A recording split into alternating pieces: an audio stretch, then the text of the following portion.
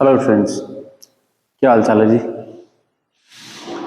तो करते हैं न्यूमेरिकल। कल हमने नॉन न्यूमेरिकल कर लिए थी कल वाले क्लास में, और आगे से ये 10-11 करते हैं। बहुत आसान है, छोटे छोटे बोर्ड के लाइक क्वेश्चन, एकदम बहुत बढ़िया क्वेश्चन है। बोर्ड में से जटिल भी आ सकते हैं, कई बार आए हैं। तो देखो, सबसे पहले करते हैं हम 10वां। क्या देर का है, बहुत आसान है। तो यहाँ पर लिखते हैं आंसर 10। सबसे पहले तो क्या देर का है, यहाँ पर लिखेंगे दिया है। क्या दिया है, 4 × 10⁻⁹ कूलम इंटू मीटर। ये कूलम इंटू मीटर है भाई। यहाँ पर विद्युत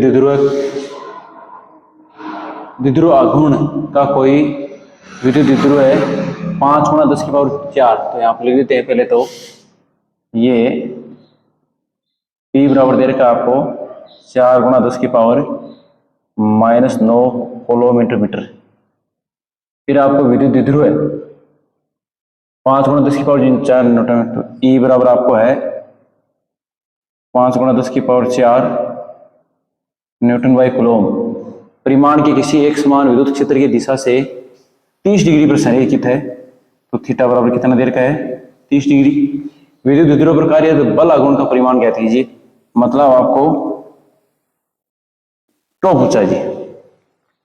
ये इतनी चीजें दे रखी हैं आपको, ठीक है। और आपको क्या पूछा है, टॉ बल आघूर्ण पूछा है। तो देखिए यहां लिखेंगे, क्योंकि हम जानते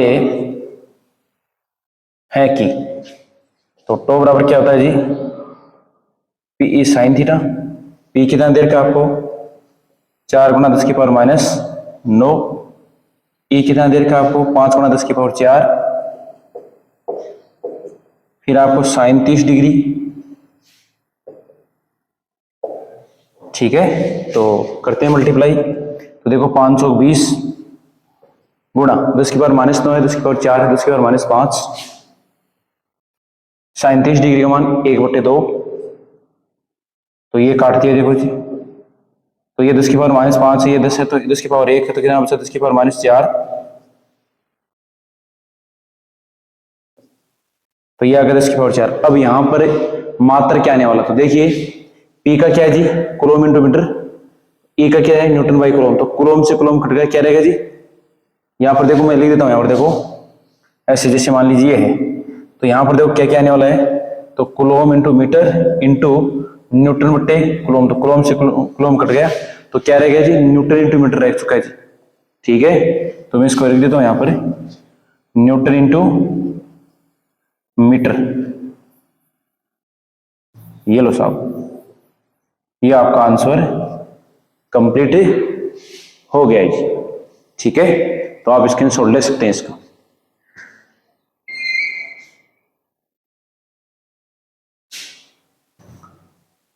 ठीक है जी। तो अब ये दूसरा और करते हैं, देखिए आंसर 11। देखिए, ऊन से रगड़े जाने पर कोई पॉलीथीन का टुकड़ा 3 × 10⁻⁷ कूलम से ऋणावेशित हो जाता है। मतलब कोई एक ऊन है, ठीक है जी, कोई ऊन का टुकड़ा है और पॉलीथीन की थैली है, उसे रगड़ा देता है। तो पॉलीथीन का टुकड़ा 3 × 10⁻⁷ कूलम से ऋणावेश से आवेशित हो जाता है। मतलब अगर ऊन को, या जो पॉलीथीन की थैली है उसको ऊन से रगड़ा जाता है, तो पॉलीथीन की थैली ऋणावेशित हो जाती है। और कितना ऋणावेश आता है उस पर, तो पॉलीथीन की थैली पर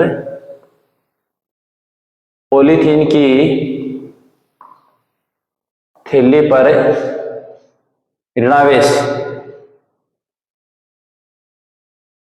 तो वो कितना आएगा, क्यू बराबर यह आएगा 3 × 10⁻⁻7 कूलम माइनस का, ठीक है। फिर ये कह रहा है, बात पहली बात पूछी है, इतना तो दिया आपको, ठीक है। इसको यहां लिख देते हैं, दिया है। पहला ए पार्ट ये देर का है, स्थानांतरित इलेक्ट्रॉन की संख्या। देखो, क्योंकि हम जानते हैं कि क्यू बराबर क्या होता है जी, एन ई प्लस माइनस का, ठीक है। तो यहां पर देखिए, यहां पर आपको दे रखा है ये Q बराबर N है, ठीक है।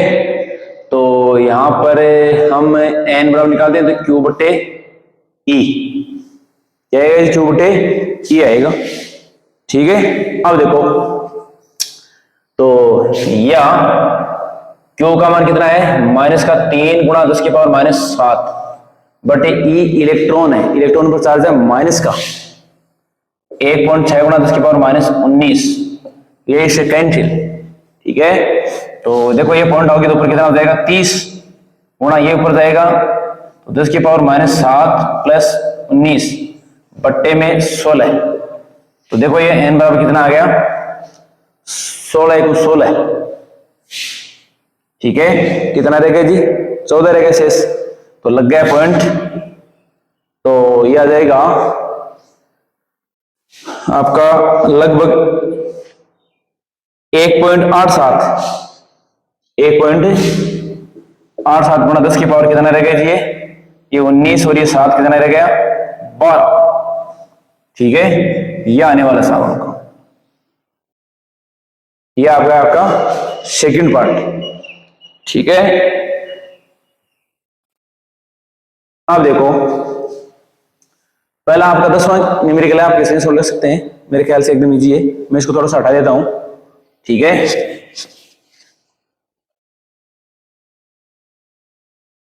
अब देखिए आप सेकंड पार्ट देखो, तो सेकंड पार्ट देखेंगे आप तो क्या दे रखा है, हाँ तो ये तो हो गया आपका पहला पार्ट, ये आपको पॉलीथीन की थैली पर दे रखा है कितना ऋणावेश आ गया।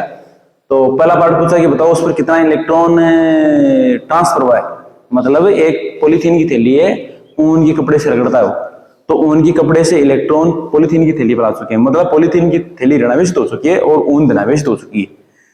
सवाल में यह पूछा गया है कि पॉलीथीन की थैली पर आवेश तो उसने दे दिया कि माइनस का 3 गुणा 10 की पावर माइनस 7 कूलम, लेकिन ये पूछा कि कितने इलेक्ट्रॉन ट्रांसफर हुए, तब जाके वो इतनी हुई, मतलब इतना इस पर चार्ज है, तो हमने इलेक्ट्रॉनों की संख्या निकाल दी 1.87 गुणा 10 की पावर 12, ठीक है। अब देखो जी, अब हम निकालने वाले हैं, यहां पर ये पूछ रहा है पार्ट बी, क्या ऊन से पॉलीथीन में संहति का स्थानांतरण होता है, हाँ होता है लिखेंगे हाँ पॉलीथीन में, हाँ पॉलीथीन में संहति, बोले तो द्रव्यमान का स्थानांतरण होता है, ठीक है। अब कितना स्थानांतरण होता है वो देखें आप, m बराबर निकालते हैं जी, तो टोटल इलेक्ट्रॉनों की संख्या कितनी, तो n, ठीक है, और एक इलेक्ट्रॉन का द्रव्यमान n, चलो ये लिख देते हैं, एक इलेक्ट्रॉन का द्रव्यमान, तो n कितना टोटल 1.87 गुणा 10 की पावर 12, एक इलेक्ट्रॉन का द्रव्यमान है 9.1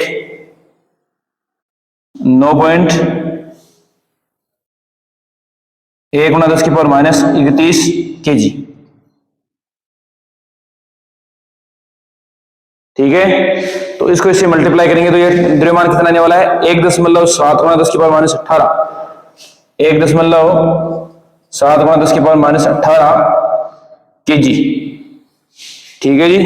ये इतना द्रव्यमान आने वाला, मतलब पॉलीथीन की थैली पर इतना द्रव्यमान ट्रांसफर हो चुका है जी।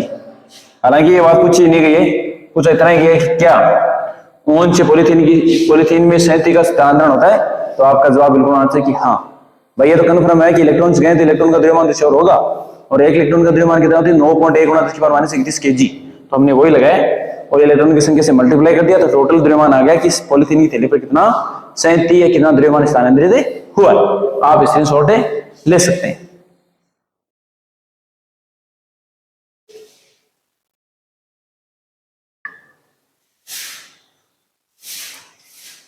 हाँ साहब, अगला न्यूमेरिकल करते हैं 12वां और 13वां, दोनों एक कनेक्टेड है एक दूसरे से, तभी एक साथ लिखेंगे दोनों को।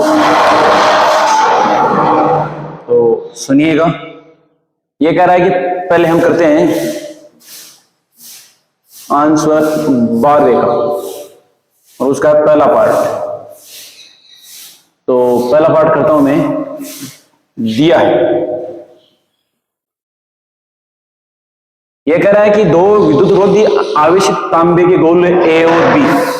तो देखो एक तो गोला है ए, ठीक है, और दूसरा गोला है बी, और दोनों के सेंटरों के बीच की दूरी आपको दे रखी है r बराबर 25 सेंटीमीटर, या r बराबर 25 गुणा 10 की पावर -2 मीटर।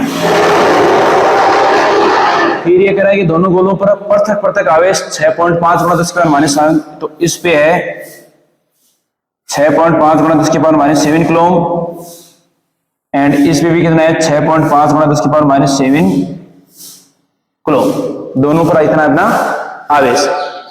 यह कह रहा है कि इनके बीच में लगने वाला प्रतिकर्षण बल बताओ। तो देखिए दोनों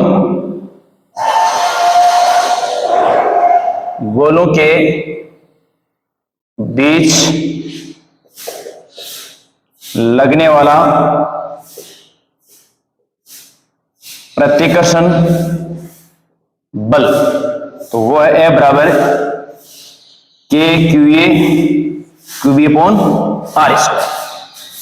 तो ये देखो इधर कर लेते हैं थोड़ा, तो देखिए तो F बराबर के का मान कितना 9 गुणा 10 की पावर 9, QA का मान और QB का मान दोनों का बराबर है, तो 6.5 गुणा 10 की पावर -7, 6.5 गुणा 10 की पावर -7 बट्टे आर स्क्वायर, तो ये दे रखा 50 गुणा 10 की पावर -2 मीटर। तो इसको लिखेंगे 50 गुणा 50 गुणा 10 की पावर -4 मीटर।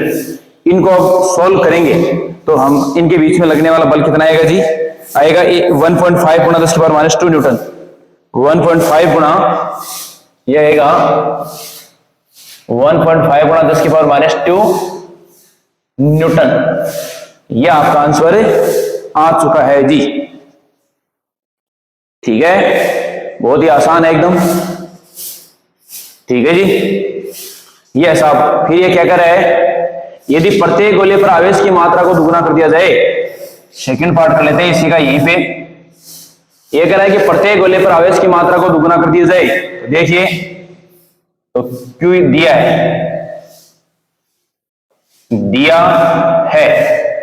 QA बराबर Q डैश है बराबर Q डैश भी बराबर है जैसे 2QA, तो 2 × 6.5 गुणा 10 की पावर -7, तो ये कितना होगा जी, ये हो गया आपका 13 गुणा 10 की पावर -7, ठीक है, यानी QA डैश बराबर है QB डैश कूलम।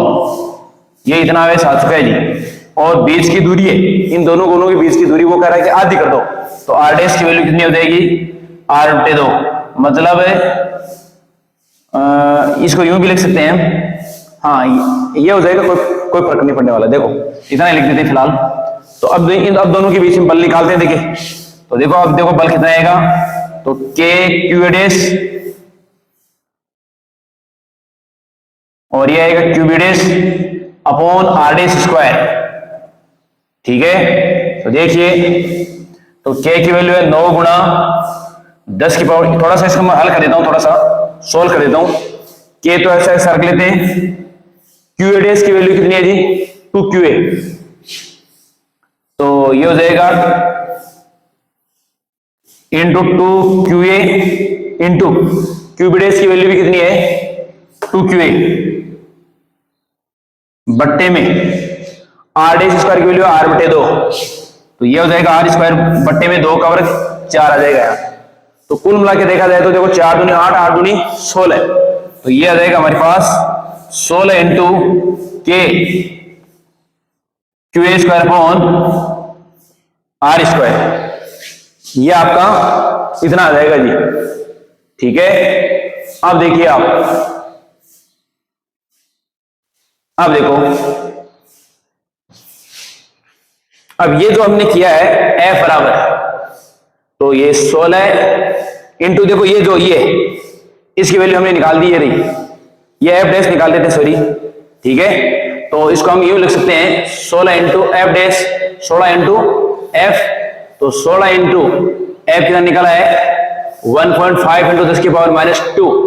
तो देखो 16 पंजे 80, 8, 16 16 और 8 24, ठीक है, लग गया पॉइंट, गुणा 10 की पावर -2, तो यह आएगा 24 इंटू 10 की पावर -2 न्यूटन, जो नया बल आने लगने वाला है जी। इतना आएगा साहब, 24 गुणा 10 की पावर -2 न्यूटन फोर्स लगने वाला है जी, नया जो फोर्स है वो, ठीक है। तो ये सब आपके पास ये रिजल्ट आ चुका है साहब, ठीक है जी। आप स्क्रीनशॉट ले सकते हैं, ठीक है जी।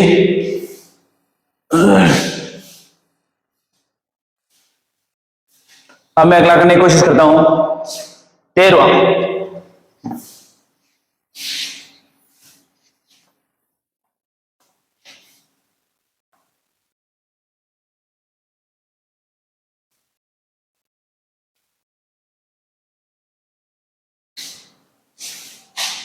देखो जी 13वां कह रहा है कि मान लीजिए प्रश्न 12 में गोले ए और बी साइज में समान है। मतलब ये कह रहा है कि गोला ए और गोला बी साइज में दोनों क्या है जी, समान है, ठीक है। अब देखिए, हाँ तो देखिए, तथा इसी साइज का कोई तीसरा गोला अनावेशित है, तो इस पर चार्ज, यहां इनके दोनों के बीच की दूरी कितनी थी जी, तो वो मैं कहता हूं r बराबर है 50 सेंटीमीटर, और इस पर चार्ज कितना था, इस पर चार्ज था QA 6.5 गुणा 10 की पावर माइनस ये आपके 7 कूलम, इस पर भी इतना ही था, ठीक है, 6.5 गुणा 10 की पावर -7 कूलम, ये इतना इतना आपको दे रखा है ऐसा। प्रश्न 12 में तो दे रखा ऐसा। अब ये कह रहा है कि कोई तीसरा गोला है वो भी अनावेशित है, लेकिन सेम धातु का सेम आकार का है, ठीक है। तो सबसे पहले वो क्या करता है, गोले सी को, मान लीजिए ये गोला सी है, ये गोला क्या है जी सी, सेम आकार का है, सेम धातु, इस गोले को क्या करता है, ये है अनावेशित गोला, अनावेशित गोला, ठीक है। सबसे पहले वो क्या करता है, इस गोले सी को गोले ए के टच करता है, ठीक है। टच कराने के बाद वापस अलग कर देता है, तो टच कराने के बाद वापस अलग करेगा तो दोनों गोलों पर चार्ज, भाई इसी पर तो था ही नहीं चार्ज, ए पर था, कितना था QA, फिलहाल QA, ठीक है, वैल्यू लास्ट में रख देंगे इसे। तो वो ये टच करके वापस अलग करेगा तो सी पर ए पर जो जितना आवेश टोटल था, भाई सी पर तो था नहीं, टोटल 0 था, ए पर था QA, तो कुल टोटल QA हो गया। जैसे आप अलग करोगे तो QA का आधा भाग तो सी पर रहेगा, आधा ए पर रहेगा। तो देखो यहां लिखेंगे गोले सी को गोले ए से स्पर्श करवा कर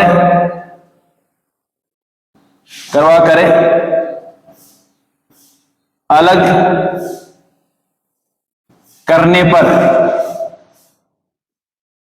करने पर अब दोनों गोलों पर आवेश, तो कितना होगा जी, वो होगा QA/2, ठीक है। अब देखो जी फिर क्या कर रहे हैं, अब गोले सी को गोले बी से स्पर्श करवाया जाता है, गोले बी से स्पर्श करवाया जाता है, ठीक है।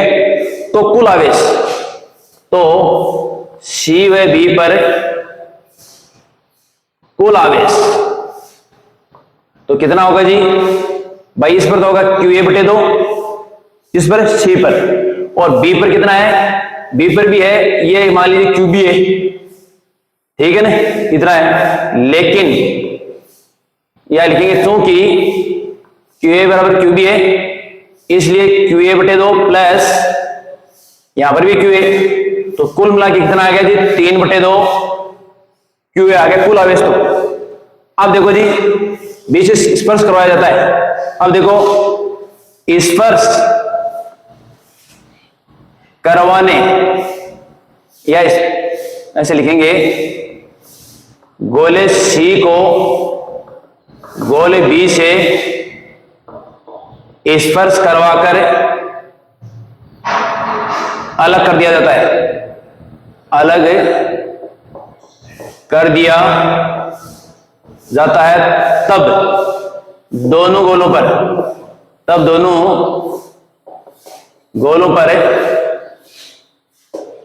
आवेश, तो वो कितना होगा जी इसका आधा, तो वो आ जाएगा 3/4 Q A comma 3/4 Q A, यह आएगा। ठीक है, अब ये क्या कह रहा है, अब ये कह रहा है कि अब वापिस मतलब नई स्थिति में, तो अब क्या कर रहा है कि गोले एक तो ये रहा और गोला ये बी रहा, ये रहा। अब इस पर चार्ज कितना बचा है, इस पर तो बचा है क्यू ए बटे 2 और इस पर कितना है 3/4 क्यू ए, इतना चार्ज बचा है और बीच की दूरी उतनी रखी है 50 सेंटीमीटर। ये ऐसा कह रहा है कि अब बताओ इस पर कितना फोर्स लगेगा। ठीक है, तो निकाल लेते हैं क्या दिक्कत है। तो F बराबर, तो नया प्रतिकर्षण बल, तो नया प्रतिकर्षण बल, तो F बराबर K, तो यहां पर लिखेंगे सीधा लिख देता हूं मैं, क्यू ए बटे 2 इंटू ये हो जाएगा, ये भी क्यू है लेकिन 3/4 है, फिर आर स्क्वायर कितनी है, ये आएगा 50 गुणा 50 इंटू 10 की पावर 4, 10 की पावर 4 मैंने वर्क कर दिया इसका, पहले मीटर में बदल के इसका वर्क कर दिया। ठीक है, सॉरी इसको थोड़ा और रख देते हैं। तो देखो के कितना है 9 गुणा 10 की पावर 9, क्यू कितना है 6.5 गुणा 10 की पावर -7, ये भी कितना है 6.5 गुणा 10 की पावर -7। देखता हूं, देखिए मैं कहीं वीडियो कट तो नहीं रहा है।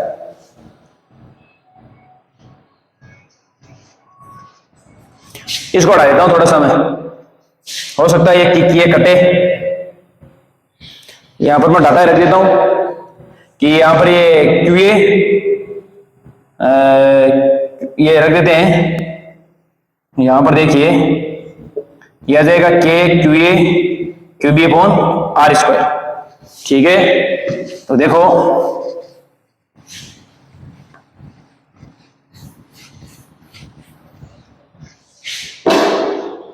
F बराबर, तो K कितना 9 गुणा 10 की पावर 9, क्यू ए पर अब चार्ज है क्यू ए बटे 2, तो कितना है जी क्यू ए बटे 2 इंटू क्यू बी पर कितना है, ये 3/4 क्यू ए।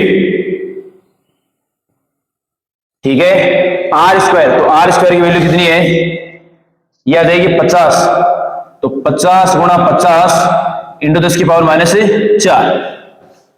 ठीक है, तो ये क्यू ए स्क्वायर हो गया, तो इसको रख देंगे 9 गुणा 10 की पावर 9, क्यू ए की वैल्यू है 6.5 गुणा 10 की पावर -7, फिर आपकी है 6.5 गुणा 10 की पावर -7 इंटू 3 बट्टे में आ जाएगा 8, 2500 गुणा 10 की पावर -4।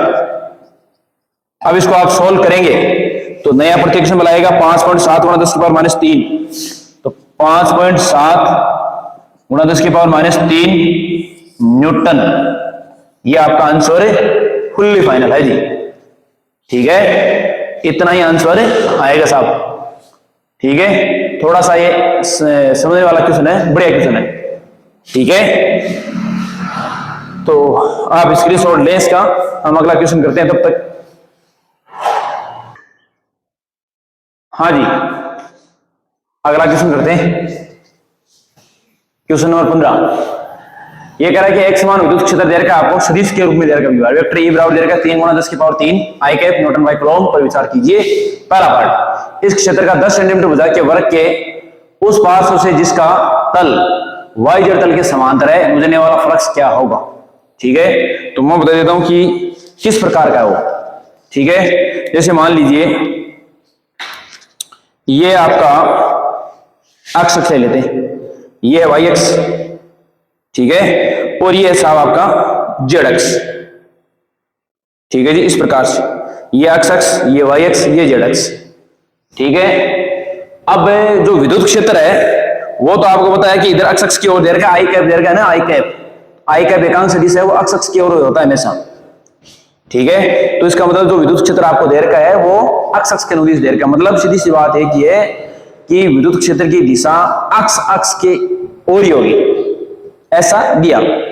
फिर ये क्या कह रहा है कि इस क्षेत्र का 10 सेंटीमीटर भुजा के वर्ग के उस पार्श्व से जिसका तल वाई जेड तल के समांतर है। तो वाई जेड तल कौन सा है जी, ये तो वाई एक्स, ये जेड एक्स। तो ये लो साहब यहां पर यूं रखा हुआ है वर्ग, एक वर्ग रखा हुआ है जिसकी भुजा है 10 सेंटीमीटर और वो यूं रखा हुआ है। हम कह सकते हैं कि जो ये वर्ग है इसका जो सदिश क्षेत्रफल है वो विद्युत क्षेत्र की दिशा में ही है। मतलब विद्युत क्षेत्र की दिशा और सदिश क्षेत्रफल की दिशा एक ही है, मतलब थीटा बराबर 0 डिग्री। आई बात समझ में? ऐसा है वो ये जेड एक्स, ये है वाई एक्स, इस प्रकार से स्थित है वो। ठीक है जी, और वो यूं फ्लक्स यानी चुंबकीय बल रेखा, सॉरी विद्युत बल रेखा वो यूं जा रही है, यानी तल के लंबवत बाहर की ओर जा रही है वो। ठीक है, तो ये पूछा है कि क्या गुजरने वाला फ्लक्स क्या होगा। ठीक है ना, अगर मान लीजिए वर्ग यहां पर, तो इसको हम कह सकते हैं कि ये वर्ग है वो वाई जेड तल के समांतर है। तो वाई जेड तल के समांतर होगा, इसका मतलब सदिश क्षेत्रफल इस जो वर्ग दे रखा है इसका इधर होगा ऐसे, अक्ष इधर है, इधर ही वो होगा, इधर ही विद्युत क्षेत्र है, एंगल 0 डिग्री। निर्गत फ्लक्स का मान कितना बताना है, तो 5 बराबर होगा वेक्टर ई डॉट इस वर्ग का क्षेत्रफल। मैं भी करता हूं, देखो ऐसे। आंसर 15 पार्ट सबसे पहले आपको कह दिया क्या है आपको, वेक्टर ई बराबर दे रखा है 3 गुणा 10 की पावर 3 आई कैप न्यूटन बटे कूलम्ब। ठीक है, अब देखो जी पहला पार्ट, इस क्षेत्र का 10 सेंटीमीटर भुजा के वर्ग, तो देखो वर्ग का क्षेत्रफल पहले देखेंगे, वर्ग की भुजा वो देर की आपको ए बराबर है वाई जेड तल के समांतर है, वाई जेड रिलेशन। तो एक तो हो जाएगा जे कैप बाई वाई, ऐसे तो बताया था आपको यूं कि एक तो जेड एक्स और एक वाई एक्स, तो एक तो हो जाएगा जे कैप और एक हो जाएगा के कैप। तो देखो मैं सीधा लिख देता हूं यहां पर, ये आपको देर की है 10 सेंटीमीटर, तो ये 10 सेंटीमीटर, इसको लिखेंगे 10 की पावर 1 मीटर लिख देते हैं। वर्ग का क्षेत्रफल, तो वर्ग का क्षेत्रफल तो वो आ जाएगा ए स्क्वायर बराबर है A into J cap dot A into K cap. तो यहां लिखेंगे A square J cap, sorry ये डॉट नहीं आएगा, क्रॉस। ठीक है, तो यह आ जाएगा J cap cross K cap, तो यह आ जाएगा A square J cross K cap. ये क्रॉस के कैप कितना होता है जी, ये होता है आई कैप।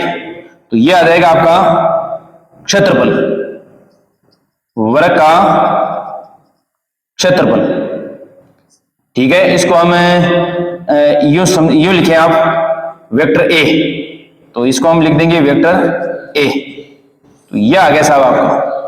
ठीक है, यहां लिखेंगे अतः इस वर्ग से निर्गत फ्लक्स, तो 5 vector E dot vector A, vector E कितना 3 गुणा 10 की पावर 3 आई कैप, तो 3 गुणा 10 की power 3 I cap dot vector A square I cap A square I cap.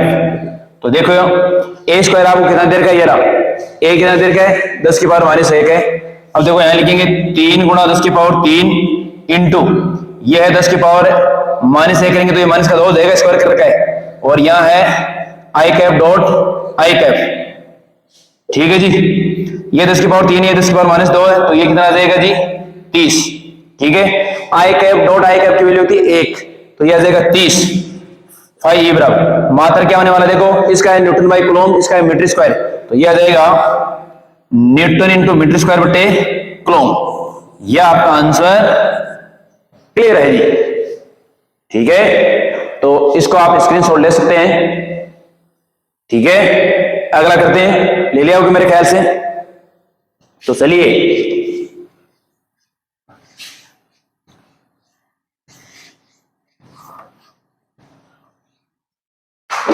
अगला देखो क्या कर रहा है, आंसर 16। यह कह रहा है कि प्रश्न 15 के एक समान विद्युत क्षेत्र का 20 सेंटीमीटर ऊर्जा के किसी घन से कितना नेट फ्लक्स निकलेगा।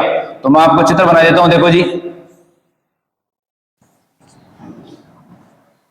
तो ये आपका है एक्स अक्ष, ये वाई अक्ष और ये आपका जेड अक्ष, और यहां पर एक घन रखा हुआ है जी, ठीक है।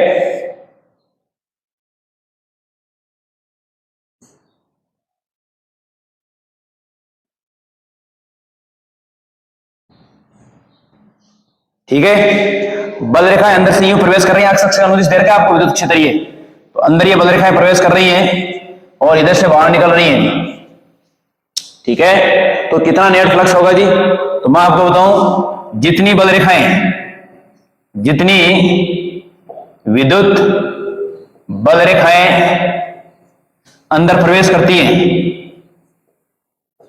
अंदर प्रवेश करती हैं, उतनी ही बाहर निकलती हैं, उतनी ही बाहर निकलती हैं। अतः नेट फ्लक्स, अतः नेट फ्लक्स शून्य, ठीक है जी। तो ये भी आपका क्लियर हो चुका है, स्क्रीनशॉट ले सकते हैं आप इसका, ठीक है। हाँ जी, 17वां करते हैं, देखिए। किसी काले बॉक्स के पृष्ठ पर विद्युत क्षेत्र की सावधानीपूर्वक ली गई माप यह संकेत देती है कि बॉक्स के पृष्ठ से गुजरने वाला नेट फ्लक्स 8 × 10 की पावर 3 न्यूटन मीटर स्क्वायर बटे कूलम है। तो सबसे पहले हम क्या लिखेंगे, यहां पर आंसर है आपका 17 नंबर का, और क्या दिया है, तो दिया में क्या लिखेंगे, फाई बराबर है 8 × 10 की पावर 3 न्यूटन मीटर स्क्वायर बटे कूलम। पहला पार्ट आपको देखो क्या दे रखा है, बॉक्स के भीतर नेट आवेश कितना है जी, तो चूंकि हम जानते हैं कि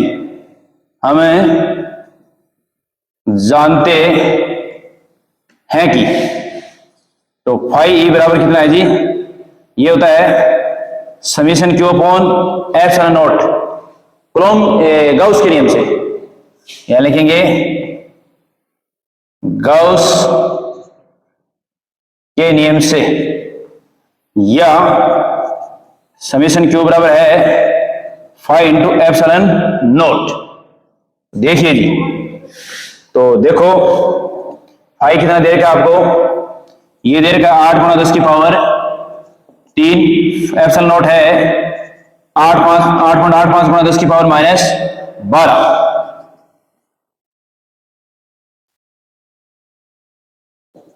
ठीक है, इसको आप इससे मल्टीप्लाई करेंगे तो हमारे पास आने वाला है 70.8 × 10 की पावर -9, 70.8 × 10 की पावर -9 कूलम, यानी समेशन क्यू बराबर आ गया 70.8 नैनो कूलम। यह आपका आंसर आज का जी पहले पार्ट का, ठीक है जी। मतलब बॉक्स के अंदर नेट आवेश कितना होगा साहब, ठीक है। अब क्या कह रहा है सेकंड पार्ट बी, यह कह रहा है कि यदि बॉक्स के पृष्ठ से नेट बहिर्मुखी फ्लक्स 0 है मतलब टोटल बाहर निकलने वाला फ्लक्स शून्य है। ठीक है, तो क्या आप ये निष्कर्ष निकालेंगे कि बॉक्स के भीतर कोई आवेश नहीं है? क्यों अथवा क्यों नहीं? देखो जी, यहां हम लिखेंगे यदि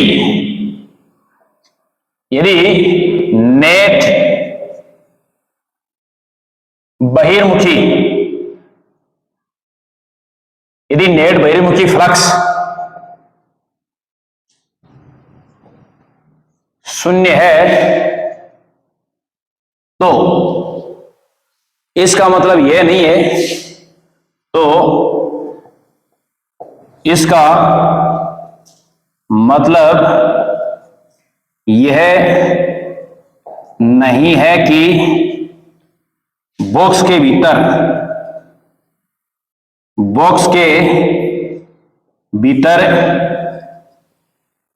कोई भी आवेश उपस्थित नहीं है, बल्कि